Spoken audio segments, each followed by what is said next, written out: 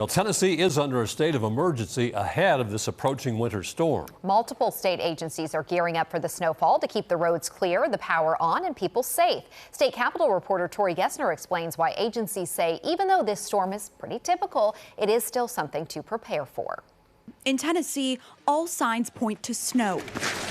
The low-level state of emergency means TEMA crews are monitoring conditions and moving around resources to prepare. Moving assets like water and those kinds of things that we think we need to pre-position just in case things go wrong. But TEMA Director Patrick Sheehan says conditions don't look too terrible for Tennessee's standards, describing this as a pretty typical snowfall event. It'll maybe be a little bit more than we're accustomed to in the state, but there's nothing really anomalous about the amount of snowfall we're going to see here. Snow still causes slick roads, and TDOT is urging people to stay off them. Not only for your own safety, but the safety of other motorists, also the safety of our crews.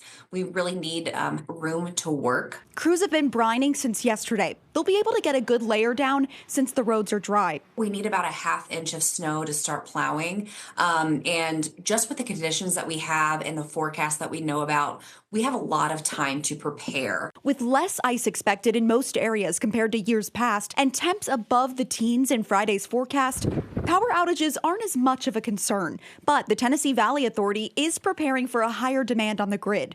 The good news? The TVA says it won't get to the record-breaking 35,000 megawatts it did last January. This is some of our heavier insulation. Plus, they've made some upgrades after having to do rolling blackouts 2 years ago. We've invested about $430 million into reliability. That means we've added additional structures around critical instruments, insulation, heat tape around those sensors, adding real-time sensors for our control room staff. So we're ready to go this year for when Mother Nature brings us this cold weather.